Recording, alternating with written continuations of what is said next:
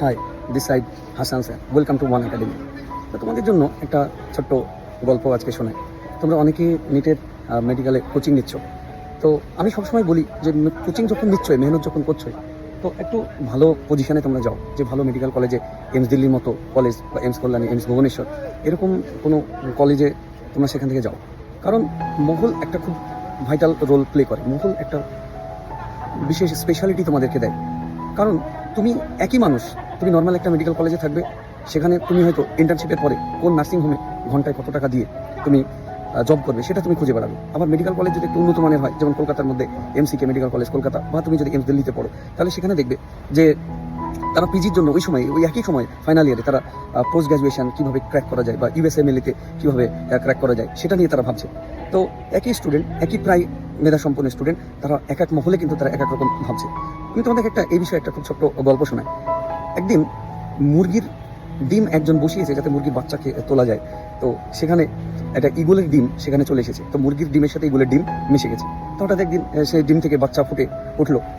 তারপরে সেদিন মুরগির বাচ্চার সাথে ইগলের বাচ্চাও মানুষ হতে লাগলো।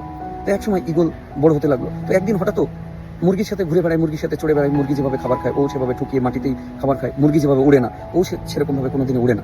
তো একদিন কি হলো যে ও ইগল হঠাৎ একদিন আকাশে চেয়ে উপর দিকে দেখছে যে তার মতোই একটা ইগল সে আকাশে উঠছে। তো সেই আকাশে ওড়া দেখে সে হঠাৎ একদিন বলছে যে না, আমিও উড়বো আকাশে।